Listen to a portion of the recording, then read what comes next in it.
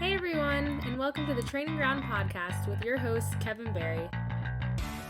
This episode we'll be doing something a little different. Today Kevin will be doing a Q&A session of strength and conditioning and soccer related questions he got from his listeners today. I hope you guys enjoy.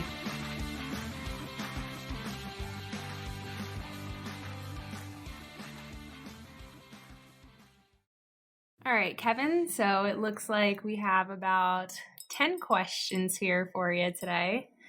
We'll start with our first one, which is from Jordan. And Jordan asked, how do I meal prep?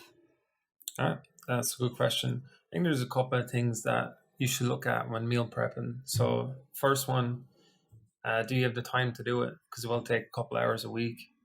So do you have the time? And then the second one, probably more importantly, can you afford to meal prep and get as much food as you need for that meal prep ahead of time? If you can answer yes to those two, you're off to a good start. So some of the basics for meal prep, I would say get a list of 3 or 4 items for each food type that you have. So carbohydrate based, protein based, and a fat based. Kind of goes without saying, but ahead of time, if you need to, get the plastic Tupperware or the glass ones. If you can afford them, definitely recommend the glass ones. Feels a little bit better each day having those. But when you're looking at the food itself, look for a carbohydrate base. So for me, I would go potato, rice, or pasta. Yeah, pasta doesn't reheat too well, so potato, rice would be kind of my go-tos on the carbohydrate side. On the protein side, then you're looking at chicken, turkey, beef.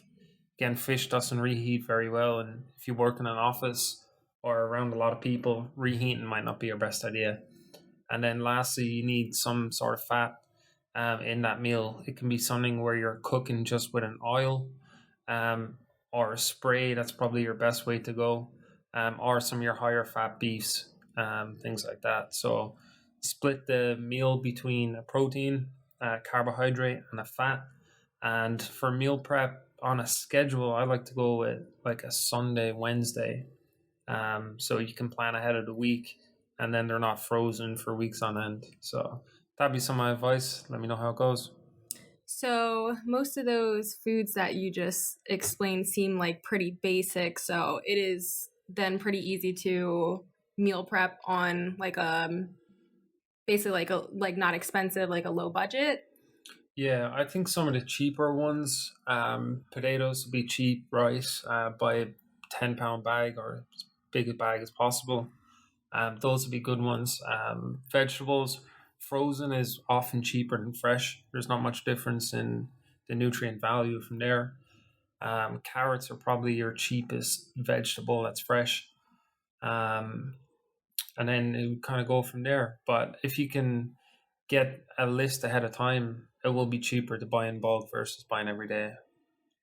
And then the last thing, just to add for the meal prep, buy a couple of different spices as well. So you can have the same foods and just change your spice every so often, whether it's any of the hot ones, chili, paprika, from there, or if you're going lemon, garlic, things like that.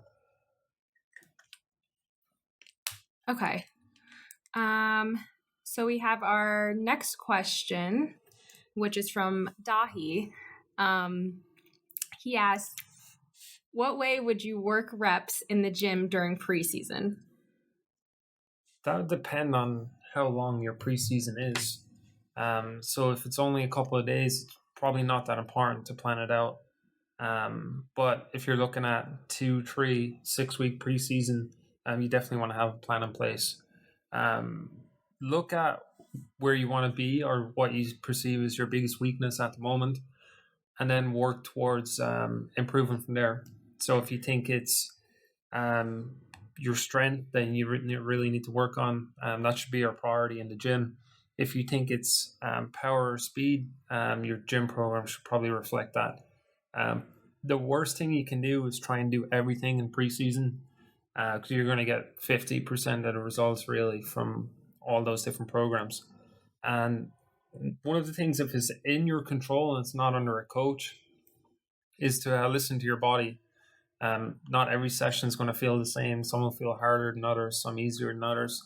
But take a step back. Where do you want to be 4-6 weeks into your actual season and not your preseason, and then go from there. So let's use one or two examples. So if your goal is you want to get stronger, pure and simple, if you think that's where you're lacking in the sport, keep your reps low, 2 to 5 reps, your sets low to moderate, 2 to 4 sets, and then choose 1 to 2 big exercises each day, whether it's an upper body or a lower body.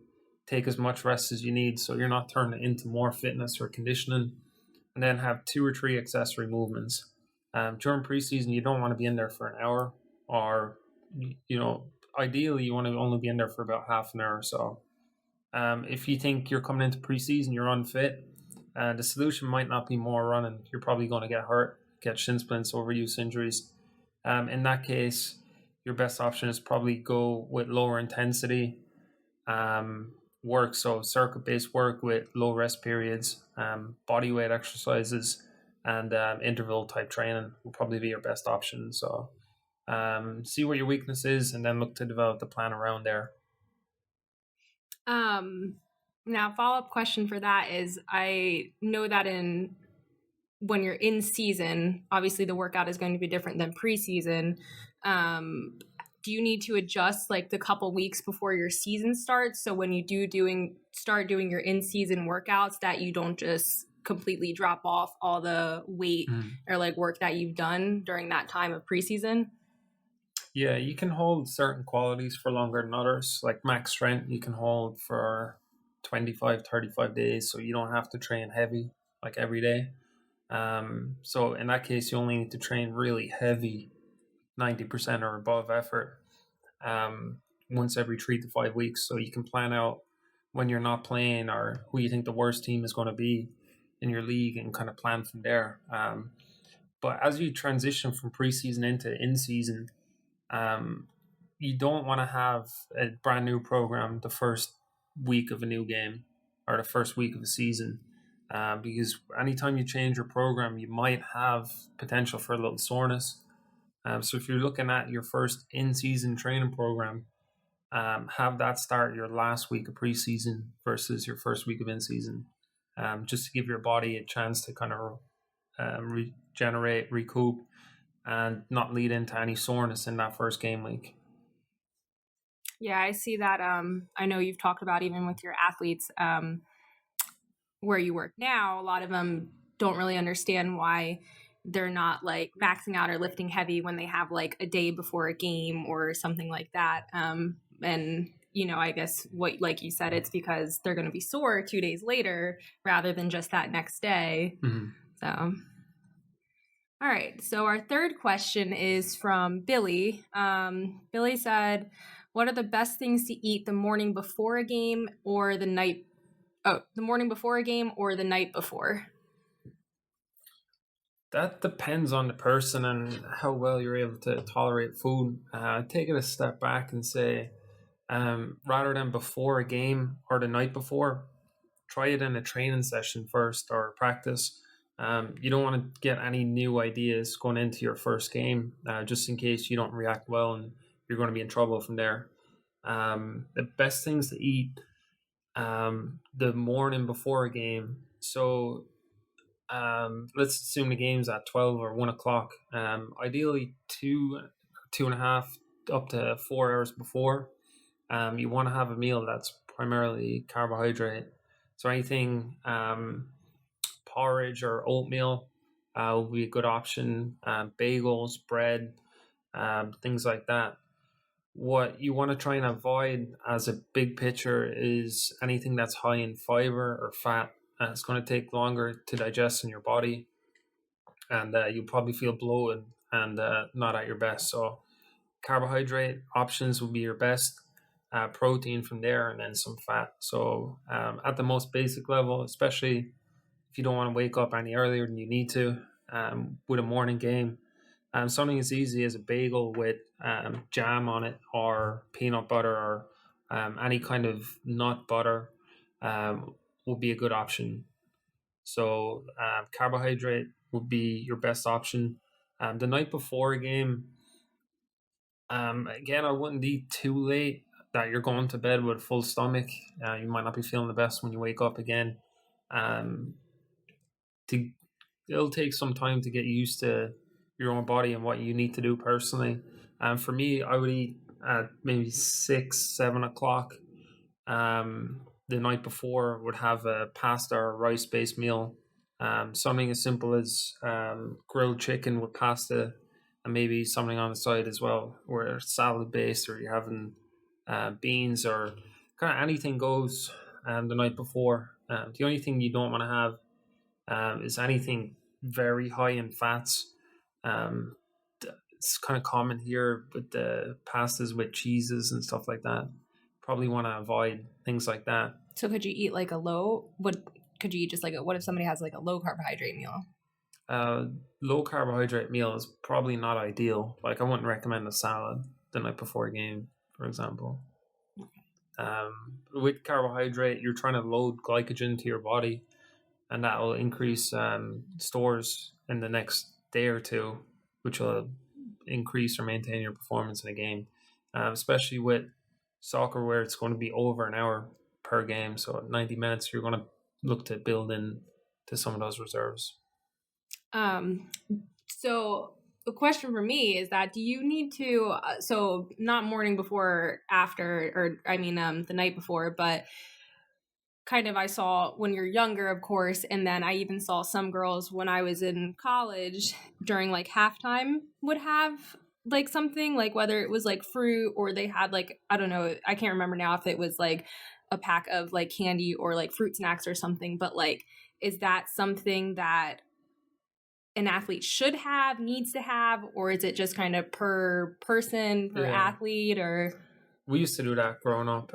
Most people remember Jaffa cakes at halftime. Oh yeah, we got orange slices here. Yeah, Jaffa cakes were our go-to, especially if we were playing a bad team. We'd have like 6 or 8 of them at a time at halftime. But for a training session, you don't need anything like that. For a game, you can. Will provide some value. You just have to be careful with how much you're having. You don't need that much at halftime. Maybe 100, 200 calories is enough to get you by. You see a lot of professional teams now will have sports gels where they'll have those during the game, even sometimes, especially if it goes extra time.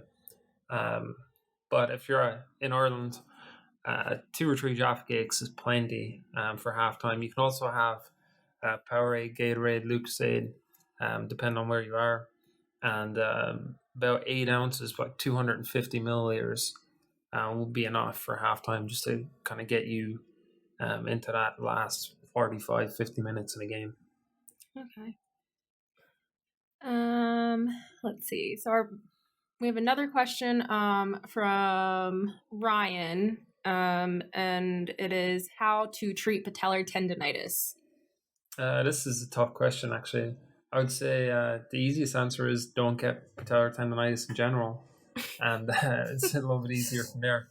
Patellar tendonitis is an overuse injury at the end of the day, inflammation of the tendon just below your knee, and that for most people it can cause by really not doing enough during preseason and then getting into it from there. So not doing enough out of season.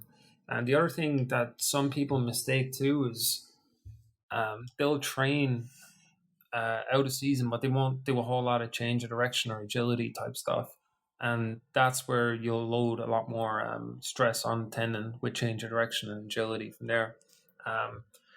You can, on occasion, I've seen it a little bit, not too much, inflame your patellar tendon through weightlifting movements as well. So things like lunges and front squats, if you're in trouble with those, back off of those. But the easiest thing for patellar tendonitis is RICE, so rest, ice, compression, elevation. And there is some research to back up reduce pain. It's not a cure by any means, but it can numb the pain temporarily, is eccentric based or isometric training. So that would be something like wall sits, lunge position holds, and exercises like that. So Sounds like it'd be contradictory, but those exercises have been shown to help. So lunge position hold where your knees off the ground, 10-15 second hold. Look to do 2-3 sets. Wall sits, 20 to 30 seconds, 1 to 2 sets.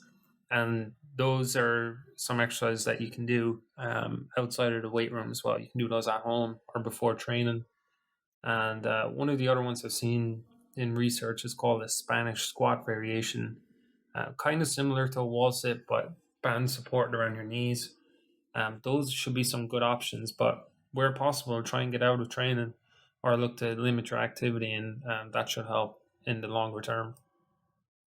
Now, if I'm just like a general, athlete and, everybody says rest, but like how long would resting be, like till you just do a movement again and it feels better, or like someone who doesn't have a athletic trainer, like personal trainer at that time to like figure out when you should be doing these movements again?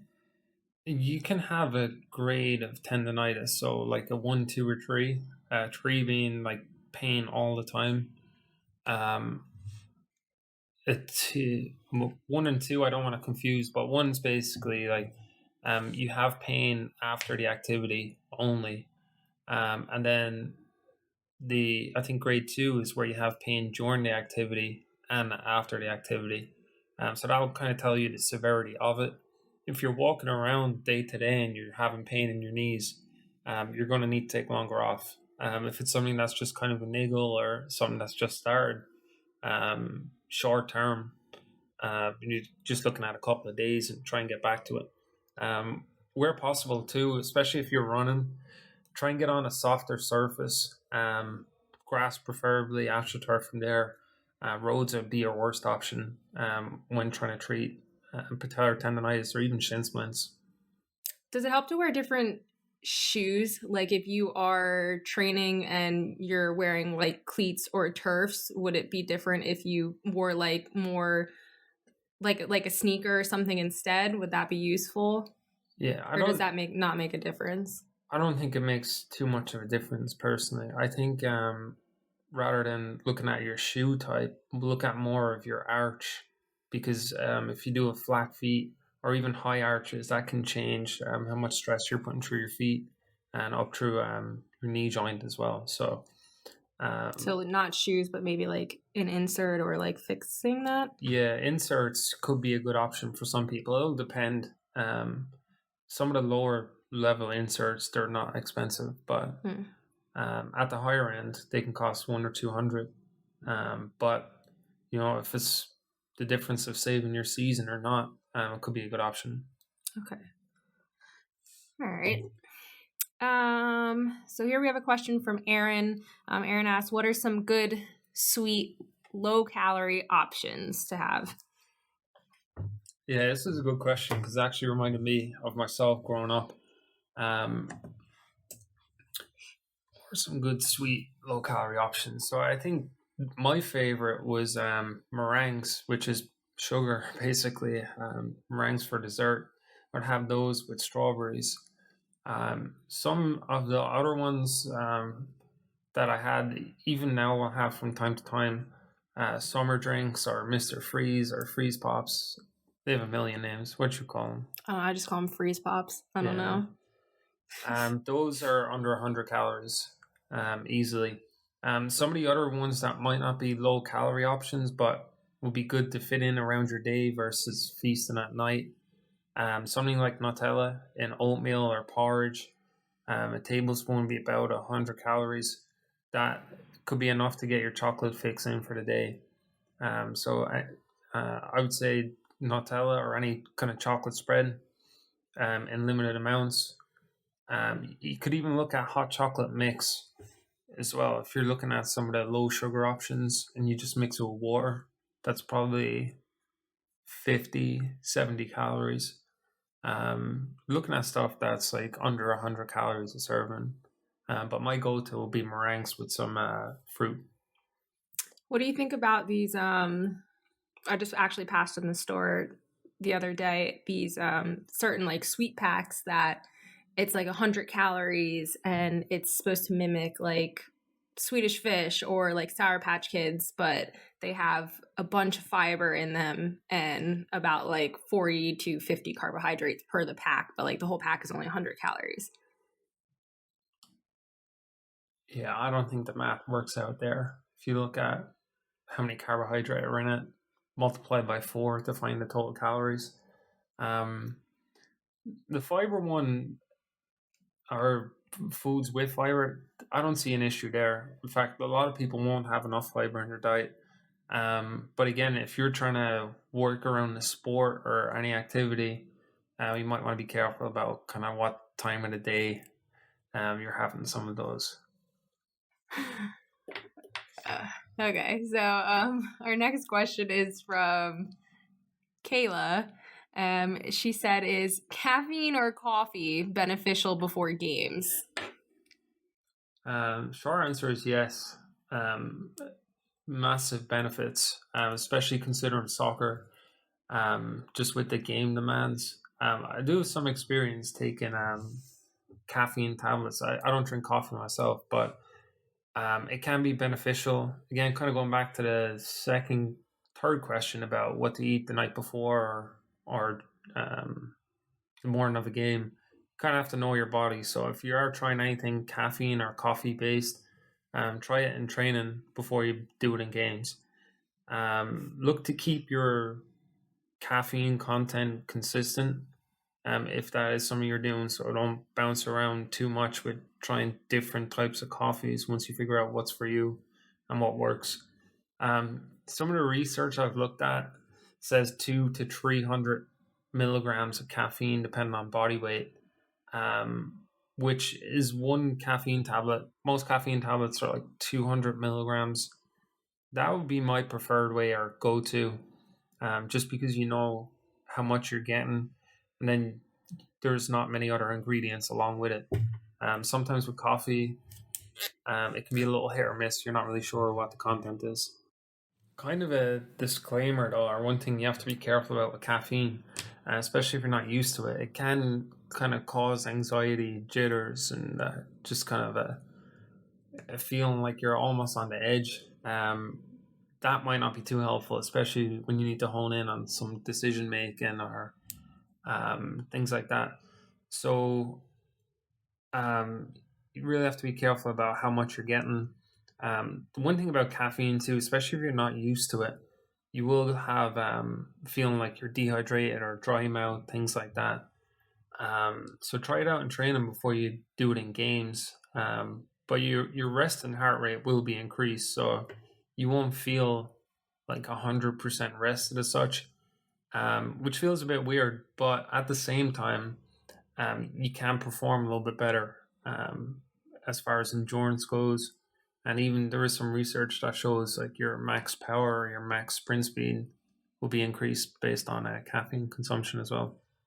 So for someone who doesn't really know that much about caffeine and athletes, but like, so it increases your resting heart rate a little bit, but like, would it overall increase like if you're playing in a game and your heart rate is up to like 180 or something like that, it wouldn't like push that to like 200 or 210 or anything? No, it's not going to be that significant. Okay. And this is more for someone that probably is not accustomed to regular caffeine consumption.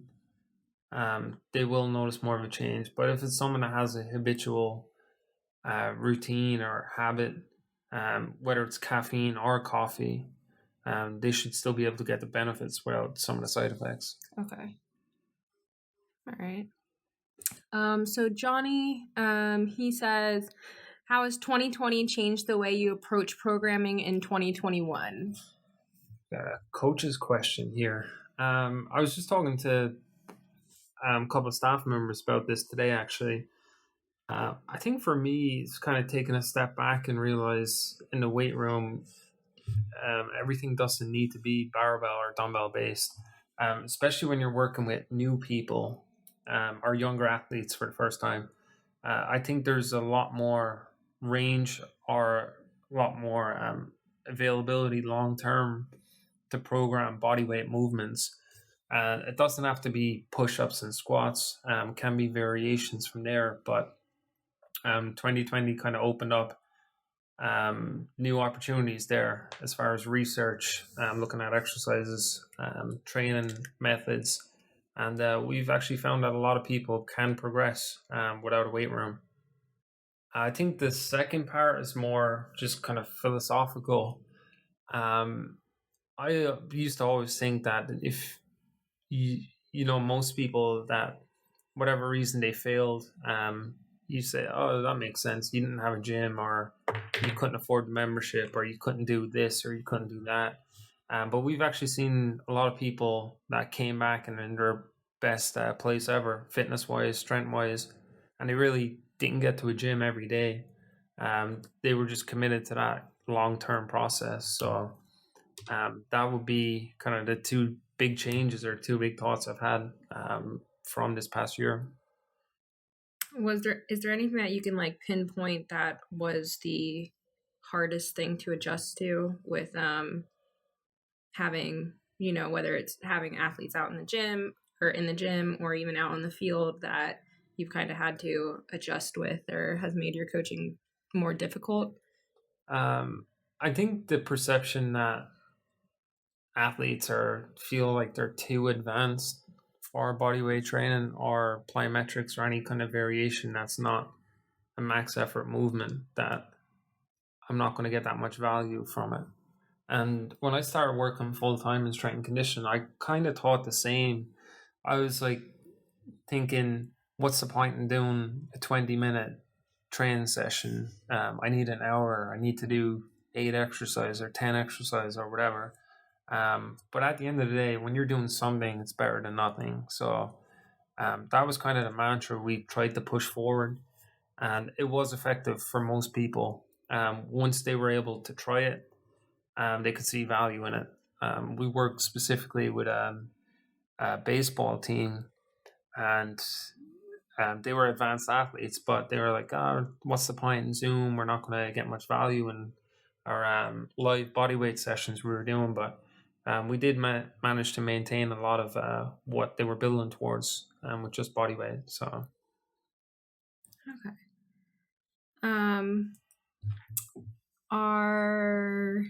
Another question from Johnny. He said, what would you consider good strength benchmarks for soccer players? This is a controversial one because a lot of people say you shouldn't squat, which is one of the main benchmarks for a lot of people for lower body strength. Good strength benchmarks for soccer players. I would say when you're looking at female athletes, if you're looking at a 1 rep max for back squat, for example, anything over 200 pound is pretty good, which about 90 kilogram. Anything for men over 275 or 125 kilogram, those would be kind of the go-tos for me for lower body. You can look at weight as well, and try and work a ratio from there. Anything over body weight for female, definitely over body weight is good. For on the men's side, anything over 1.5 times body weight is good. I've seen some players get over 2, and I do think your goalkeeper should be your strongest and most explosive players. So I would weigh kind of goalkeepers a little bit higher as a priority. But when I'm looking at soccer players, I'll usually work towards some of the power numbers instead. So vertical jump, broad jump, 20 meter or 20-yard sprint. Those would be some of my go-tos. For strength benchmarks for upper body, it'll depend on the team or the coach, even between men and women. A couple of programs I've been at, we've done max bench press for men just because probably doesn't add a whole lot of value, but it helps with team buy-in. So if they're into bench, then that will help with squat and things like that, trying to get them to actually do it. So as far as women go, if you can do 1 pull-up or more, I think you're in a good spot as a female. We'll also do inverted row as well as a test for max reps and sometimes push up as well. We'll look more towards relative strength tests, so anything body weight based for upper body. Our next question is from Justin. What injury prevention would you work on with a male soccer player compared to a female soccer player? Or are they different? They are different. Female soccer players usually have more serious injuries, especially ACLs. So there's a couple of different protocols you can work towards. FIFA 11 Plus is one that's a warm up, that's research backed. So you can add that warm up into your daily training sessions, and that does reduce the likelihood of injury across male and female players. What you can do on the female side is to implement more jumps and plyometrics within the warm up as well. There's a couple of different protocols for that.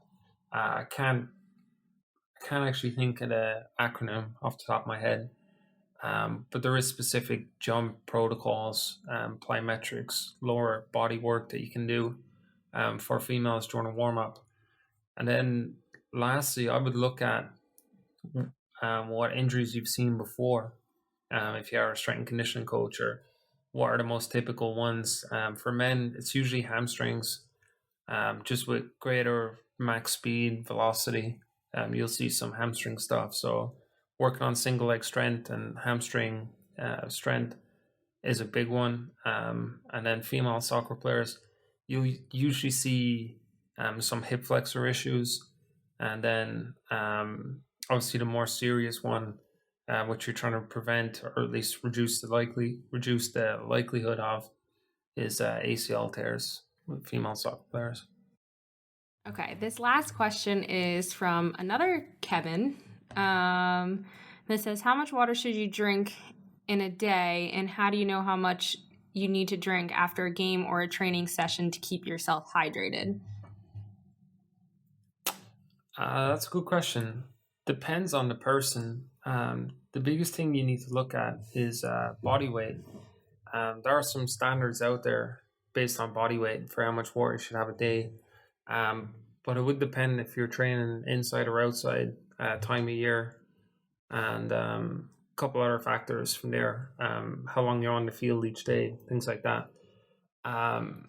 As a generalization, somewhere around a gallon a day or 3.5 liters a day will be good. The second part of the question, how do you know how much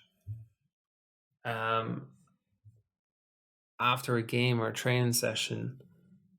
Well, what you can do actually is weigh yourself before a game, if possible, and then weigh yourself immediately afterwards. Whatever the difference is from there, you actually have from lost fat. That's a myth.